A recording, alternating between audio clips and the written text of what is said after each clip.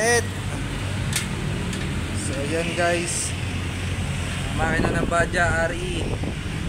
So nag-drain ako ng transmission, oil, and then yung engine. Replacement din ako ng kanyang oil filter kasi dumi na, langis. Ito nga pala yung papalit ko sa kanya. Okay, balik sakto yan na 2 liters. Ito naman yung bagong filter. Ayan, tapasin nyo ba ang oil?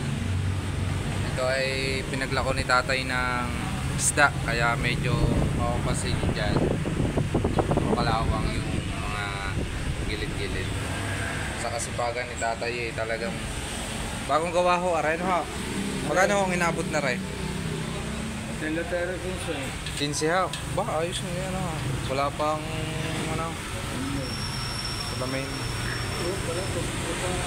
Oo. Okay na ho. Ay, sige, talagyan ko. Pinagawa ni tatay 15. Nag-iisda niya kasi ito. Yung unang labas ni Badja.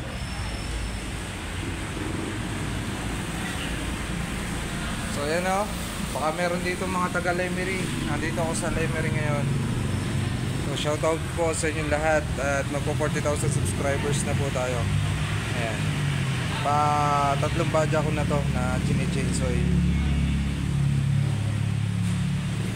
So yung bagong model ngayon as fuel injection na. Ito card type pa siya oh.